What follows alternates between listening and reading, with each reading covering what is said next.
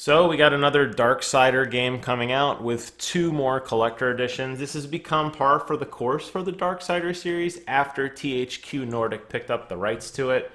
I was actually scrolling through their official website to figure out what has been going on in the story. It's actually pretty informative, but basically there is a new character you're going to be playing as named Strife, and the new game is called Darksiders Genesis, which follows in the long history of timelines after the Darksiders 3 character Fury, which you played as. That had a collector's edition, and that also had a premium price collector's edition, which brings me to this article that I found courtesy of Gematsu. I will post a link to the description box below, so click that link and read about it for yourself.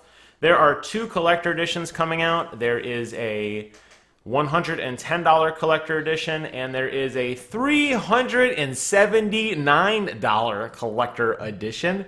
Both are identical with the exception that the $379 Nephilim Edition includes a Darksiders Forbidden Land board game, and it is limited to 5,000 units worldwide.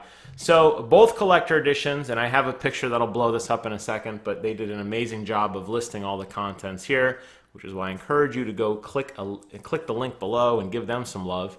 It includes the game, a figure of the new character Strife, who I did a little bit of research, stands a little over 9 inches tall.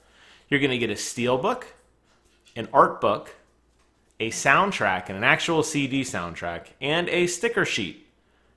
And then with the Nephilim Edition, you get all that and the board game that I mentioned. So I couldn't believe it. I went over to Amazon and I looked at it for myself, and sure enough, that's what they want for it. So let's go ahead and blow through some of these pictures very briefly. You could take a look at the artwork, and this is probably the best photo you're going to see of the statue without getting too pixelated. You could see Strife standing there. As I mentioned, he's about 9 inches tall. He's got two guns with a bunch of bullet casings below him, some skulls, and his cape is wispy and blowing in the wind. I like it.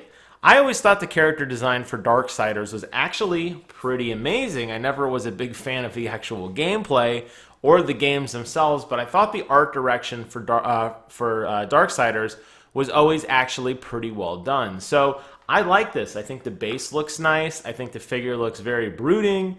He looks like somebody you don't want to mess with. I like that there's the bullet casings laying around, and I love that it doesn't say Darksiders Genesis anywhere on the collector edition. And speaking of which, getting a collector edition statue for $110 with an art book, with a soundtrack, with a steelbook, and the stickers really are throwaway, is actually a very nice price point. And that's something we don't really see much anymore.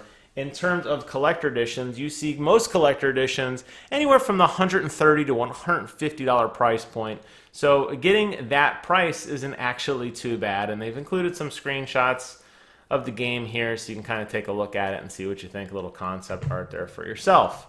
So that's if you want the $110 edition. Now, if you want the Nephilim $380 edition, wow, that is a premium price point for that board game.